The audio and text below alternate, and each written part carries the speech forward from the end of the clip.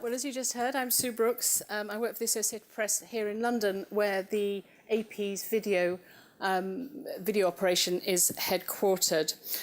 We've for many years now been providing the world's broadcasters with video.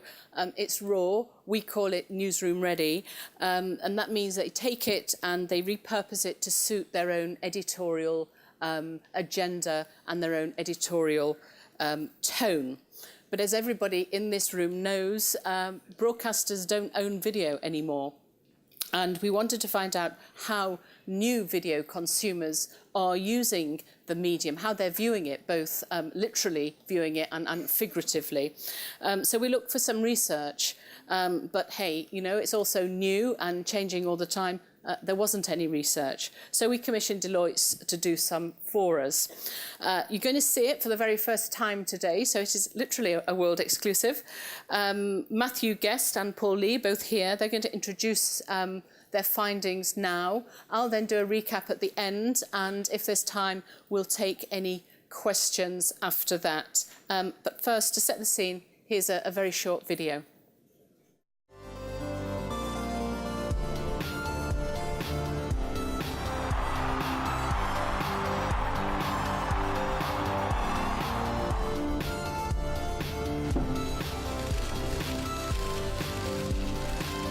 I, Barack Hussein Obama, do solemnly swear. I, Barack Hussein Obama, do solemnly swear.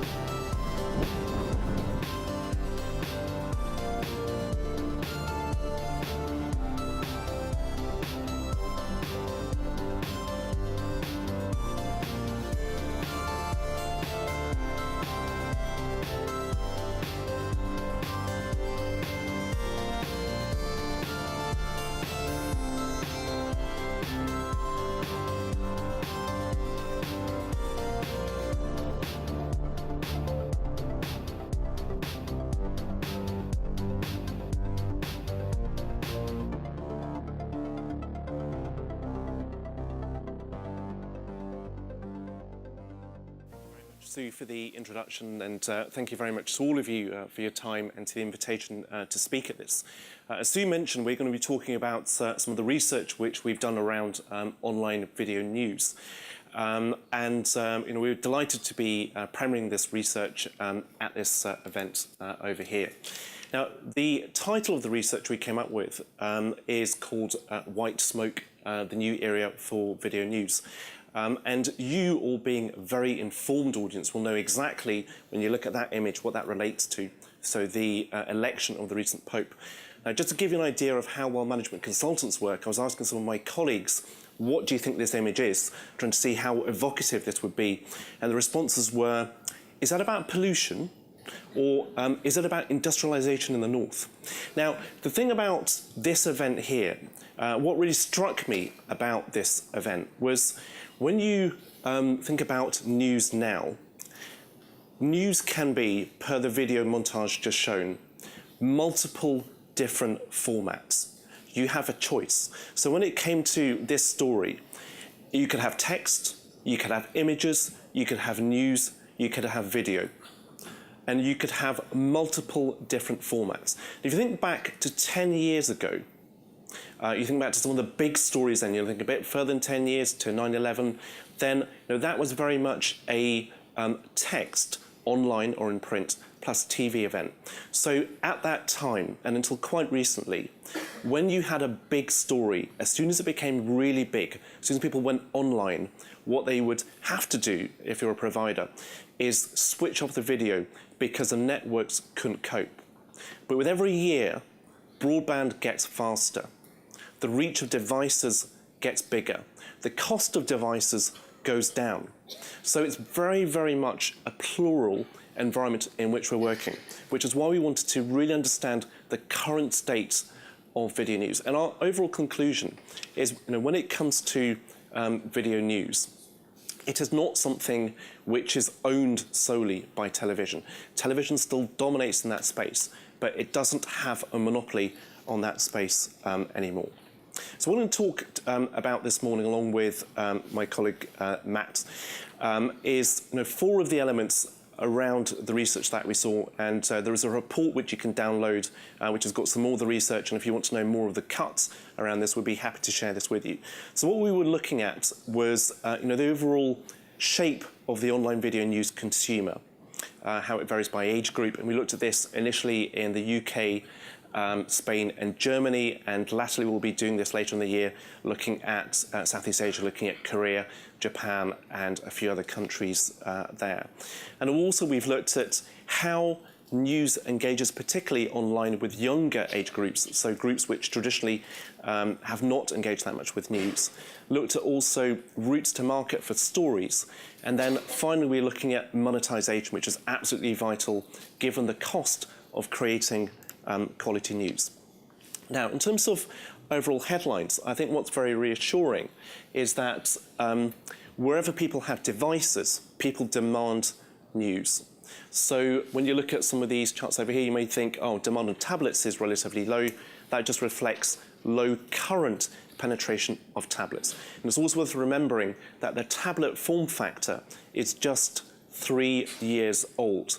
So it takes longer than 3 years for everyone to come up with a tablet. And for those of you taking photos, there's also going to be the research available. So feel free to take photos, but there's also copies of the research which we'll be able to download.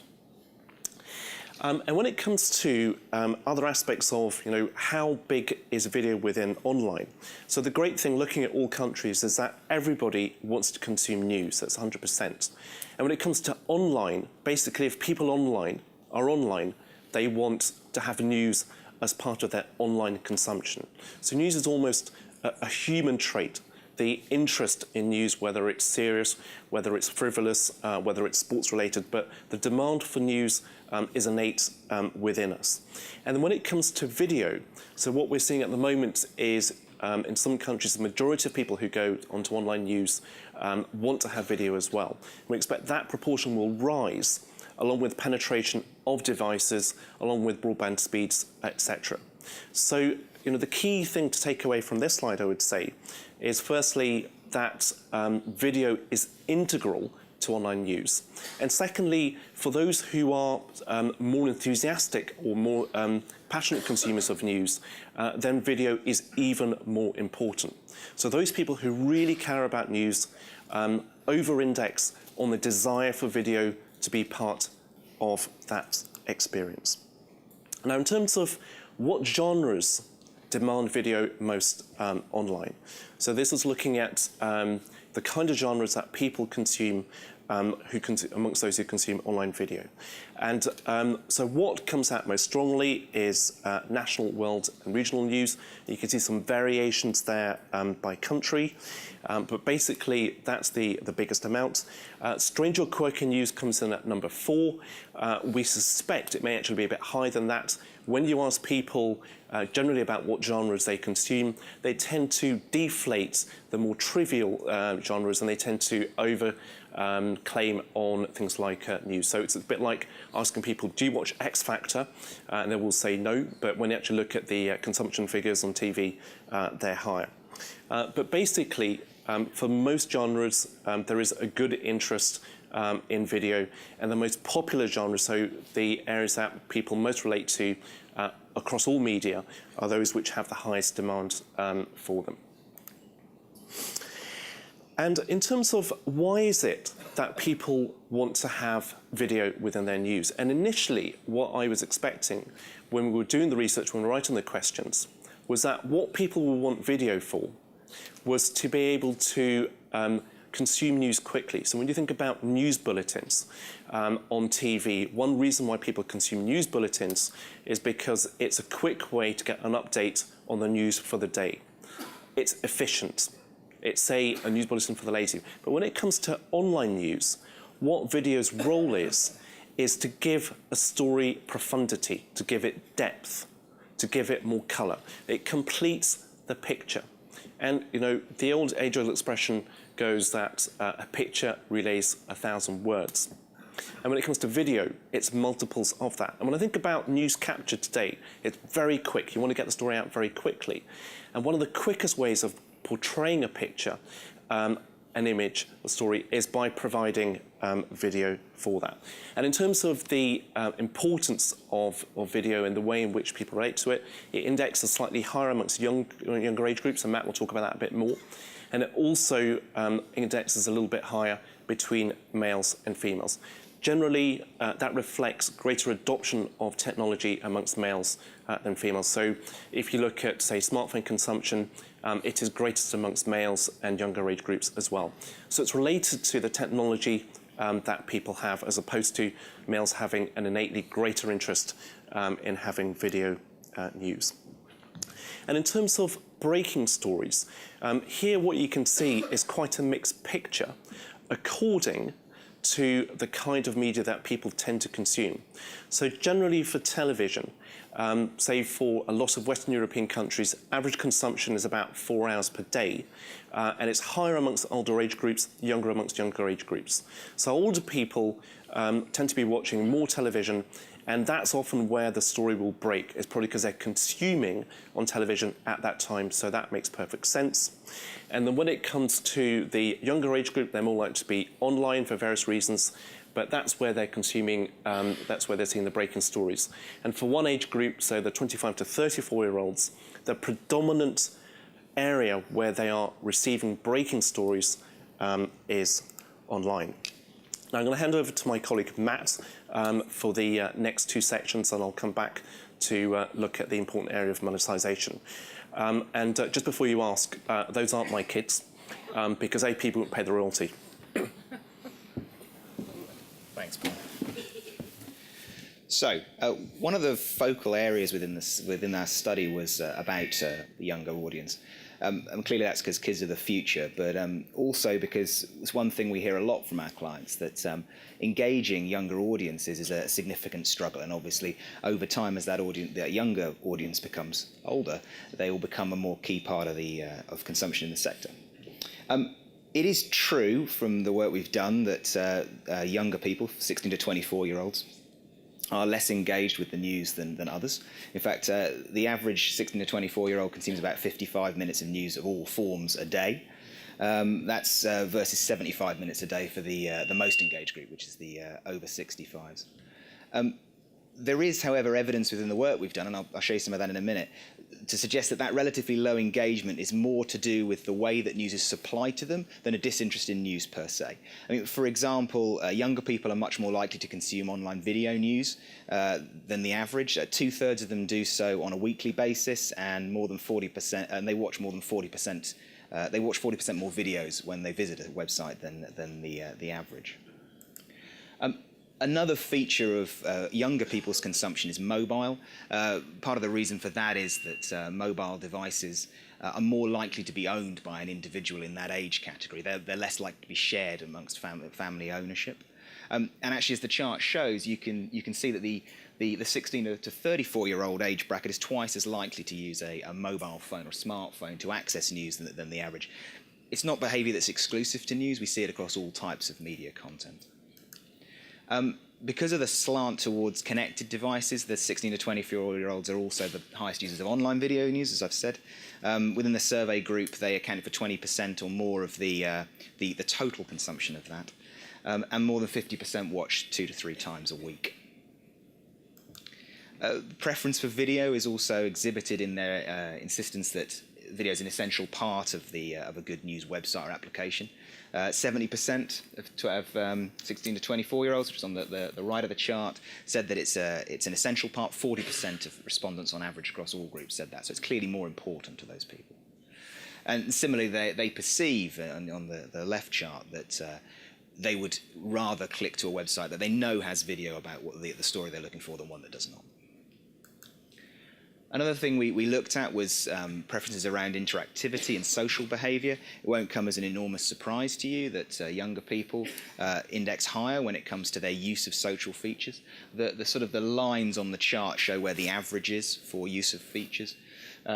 Below the line, you can see things like blogs, like buttons, comments, and so on, are much more heavily used amongst younger age groups. that corresponds to a view we've sort of established across the entire of the online media industry, which is that under 24s consume or use the web in a fundamentally different way than those of us who started to use the internet before YouTube, so before 2005. Those of us, hopefully many of you will recognise this behaviour that started using the internet before then, have a tendency to start our discovery experiences from traditional search websites or maybe from portal websites. The under 24s are much more likely to be social first. They're much more likely to start their journey from a social network, and typically that social network is Facebook. So the key, what the survey suggests is that the key way to engage or make news more relevant to younger age groups is to combine video online, discovered through social networks and delivered to mobile devices, which is quite a fundamentally different way of experiencing the news or portraying it. It's also worth talking about routes into news, because obviously mobile is only one of them. I quite like this picture because these guys are all standing around in the shadow of the Olympic Stadium, and every single one of them is staring at the tiny 8-inch screen on the back of the camera. I don't quite know why they're doing that, but hey. So if you look across all consumption devices, you can see here that the PC still predominates. There's a lot of stories out there at the moment about the PC being dead. That might well be true in terms of units being shipped. They're certainly down, but the PC still is an installed device in the vast majority of homes in the survey group. But also, it's the device that people use most commonly to access the news. You can also see here, of course, that tablet and smartphone penetration is quite low in absolute terms. However, when you look at how people consume video news on those devices, you discover that actually the proportion of people who have tablets and smartphones that do so is quite high, particularly on the tablet. I mean, we find across all media categories, and in fact, if you go beyond media into other areas like retail, tablet first is a bit of a mantra. The tablet is quickly becoming the centre of the browsing and especially the media consumption lifestyle for consumers. A third of UK households have roughly now got one, about 20% in Spain and Germany. When we asked people this year, or very recently, about the piece of technology they're most likely to buy, tablet computer comes out twice the next category. The implication there, of course, is that as the penetration of those devices grows, so the amount of video that is consumed will grow, and so its importance as part of the mix of an online news experience will increase.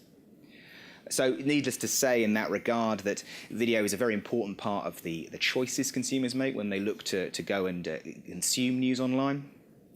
Top left, you can see a quarter of UK respondents said that the presence of video influences their choice of provider. Actually, 40% of Spanish respondents said that, and that's a feature across the entire survey, that Spanish respondents tended to favour video, news sites that provided video over those that don't. A third of Spanish respondents said that they go straight to news sites that have video. Nearly half would navigate away from their preferred news provider if they didn't provide video about a story that they were interested in. And in general terms, half of respondents think that video is an essential part of a good news website or app. So the key question with all of this is monetization.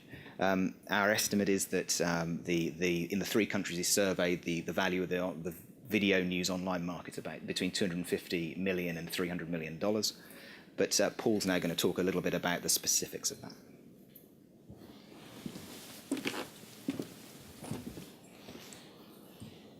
Thank you. When it comes to online, generally there seems to be a reluctance to charge for content online, but obviously there is a major cost in creating content. So the topic of monetization, be it via advertising or subscriptions, is particularly important. And we're seeing quite a few changes happening in that space. But we want to show you some of the research in terms of what the results were coming out for that. So first of all, around advertising. Now, with most people, if you ask them, do you like advertising? The gut response is to say no. But if you were to say, but if advertising funds content, then generally they say, that's okay then. And when you look at the packs that people make, say, between free-to-air television and a whole range of advertising-funded content, then generally consumers are okay with that. So they're happy to make that trade-off. When it comes to online video, also we're seeing that happening as well. So in all markets, what you see is a general acceptance of advertising.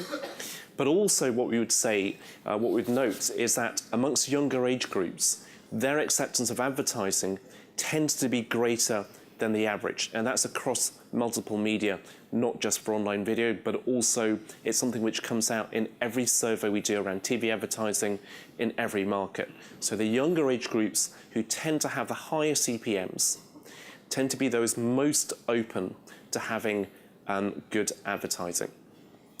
And the middle point, so around sort of the acceptance of advertising, is adverts which are engaging.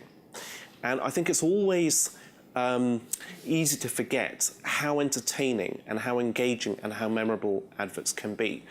Now, given events happening in Korea at the moment, you may recall at the time of the Olympic Games last year, one of the first things which happened was the women's football match, and the second match which was between North Korea and another country. And what happened with North Korea was that the wrong flag was put out. So the South Korean flag was put out, and they're not similar flags. Now, there was a company which put out an advert very shortly after. It's an optical company called Specsavers. And basically their motto is should have gone to Specsavers. And they put out this advert in Korean with sort of a translation, should have gone to Specsavers there. Now, that's a good example of an advert which engaged with people, which was funny and related to recent events. So I think there is a big impetus to come up with advertising which is appropriate to the medium.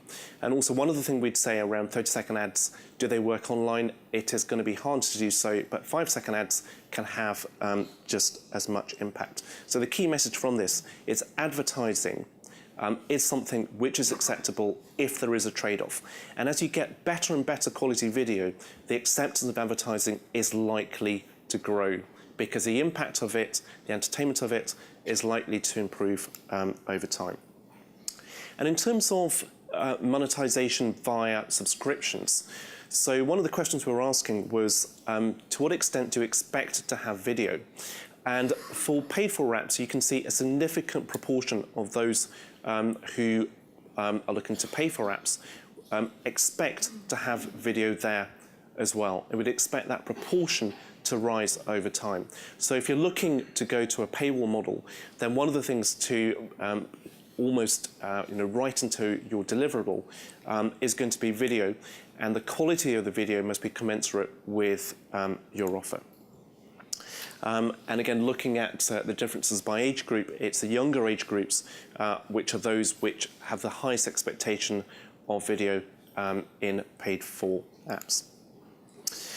And a final comment we want to make is around loyalty and online video news. And there seems to be a very strong correlation between online news sites, whether they are from broadcasters or from newspapers or wherever, and a video being there. So one very strong conclusion we're reaching from this is that if you have video, then you're more likely to engender loyalty. And when it comes to the number of providers who consumers are looking at, then for online video news, their set of providers that they look at are very few relative to the total set of news providers that they have there. So there seems to be a virtuous circle between online and video, and we'd expect over time, as bandwidth improves, as devices improve, then that correlation becomes stronger. But it also seems to infer that if you're not offering, or you don't have a strong offering in terms of video, then your ability to monetize, your ability to succeed, your ability to sustain will also be compromised. So I will now hand back to Sue. This is like pass the parcel, isn't it? OK, so we've heard the clever guys talk numbers. I'm going to talk real life now. And as I used to write the bongs at News at 10, I can do it in 3 headlines. Video engages, especially with a new audience. It brings a story to life, and it can enhance your brand. And this is quite crucial because we've seen this through many years, that customers who are using video imaginatively are getting payback with their brand enhancement too. So how do you make it work for you? Well, the bad news is there is no silver bullet or magic formula. The good news is there's no silver bullet or magic formula, because in fact what that does is give you the space to experiment, to invent new ways of storytelling and new ways, crucially, to engage your audience. You can play to your strengths, which are many. You already have a community. They're your readers in old money. You know what they're reading. You know what they're eating. You know what they're not eating through slimming clubs and restaurant reviews and book clubs. That data is data that broadcasters would kill for, frankly. I was told by somebody at New York Times a couple of years ago that he could tell me within 2 blocks of my hotel who was reading the same book of me, which is just phenomenal. So everybody that I'm speaking to at the moment, and I think this is going to be emphasised in the speaker after us, if you've got data, keep it, because you might not need it today, but you sure as hell will need it at some stage tomorrow. We're still playing to our strengths here. You've got creativity. You're already a creative organisation. So let your in-house talent loose on a new medium and see what happens. Some in your staff will already be very adept at using video. They have grown up with it. They've edited it and been posting it on their own social media sites for many years. You'll soon learn what works and what resonates with your brand and your audience.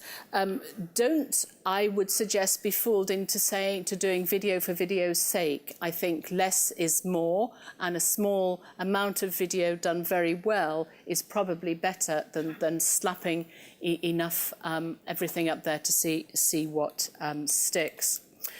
Creativity, context, we're still playing to our strengths here. Your journalists already do this instinctively, but now video is giving them just another tool, if you like, in the toolbox. It doesn't need to be complicated.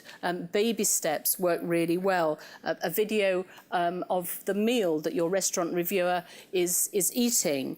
There was a fantastic interactive in one of the national papers here last week of the Masters golf course.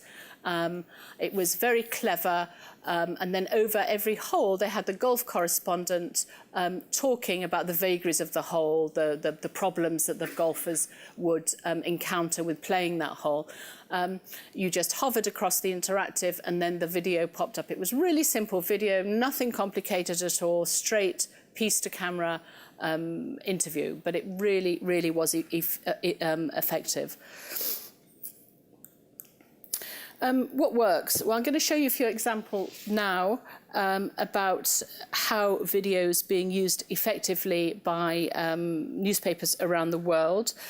They all have one thing in common, and that's that they're presenting an experience which is entirely in keeping with the platform.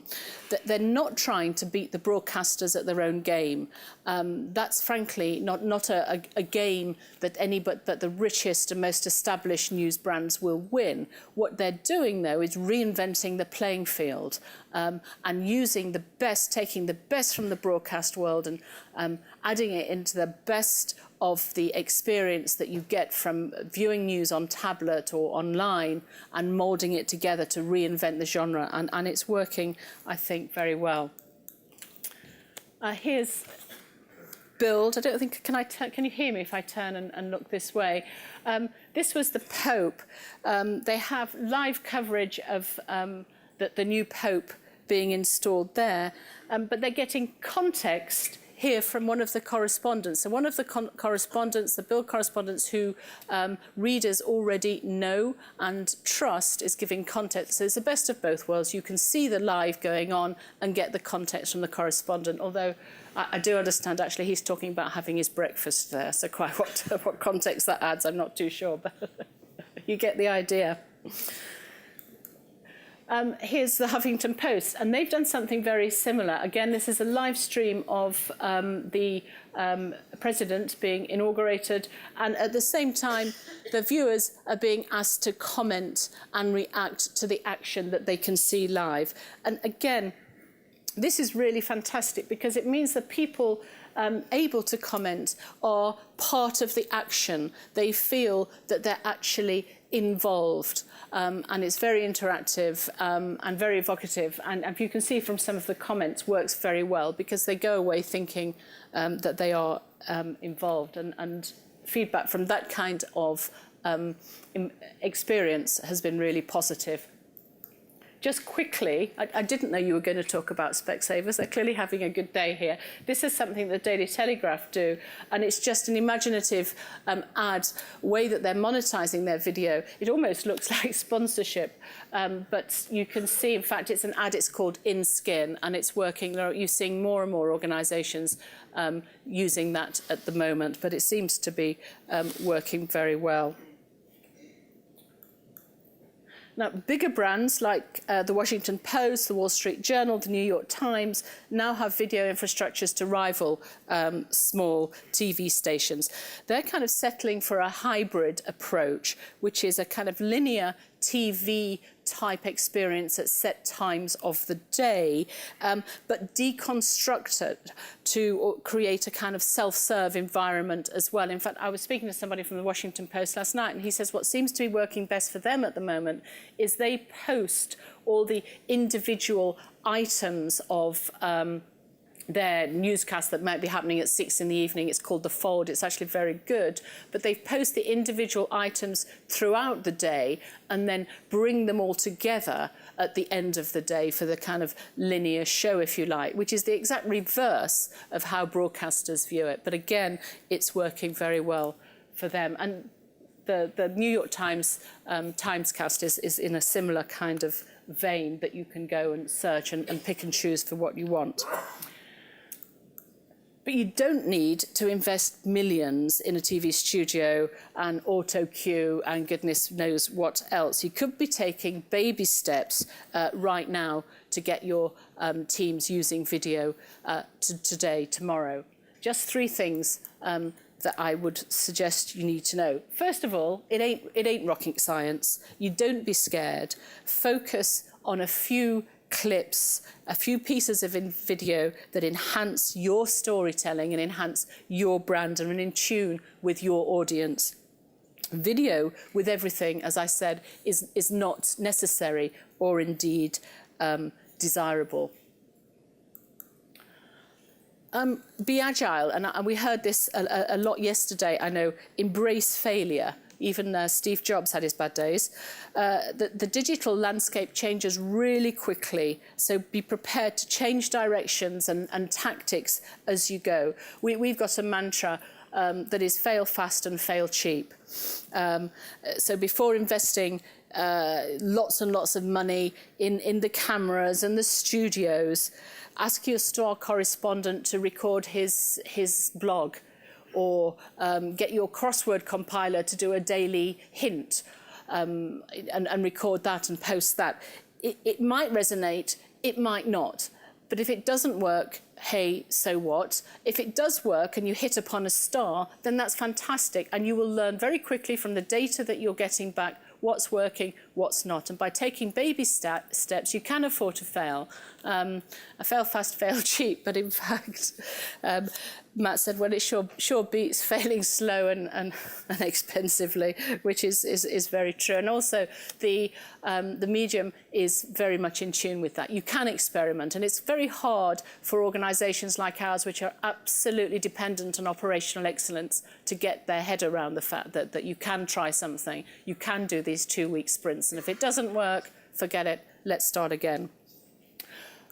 Most important, I think, it's the experience, not the medium, that matters. So we've heard that video engages and video makes stories sticky, and yes, that's clearly true, but the online audience is most of all looking for engagement, looking for touch.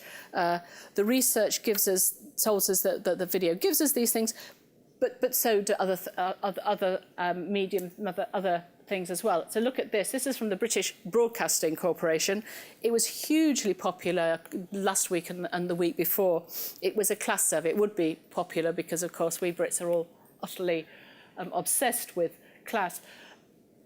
But there's no video there at all. I don't think I spoke to anybody last week or the week before that didn't take part in this particular quiz. And as I say, no video there, but what it does have is engagement and its experience, and it's absolutely in tune with the online experience, with the tablet experience. And that, if you take away nothing else, and I know I'm not the first person that said it these last couple of days, but that's more important, I think, than actually anything else, whether it's video or quiz or an interactive. Think of the experience and think of what your viewers want and test it. And if it doesn't work, test something else and keep on failing until you find something that works for you and your brand, because you will. I think that's us done. So, do you like any questions?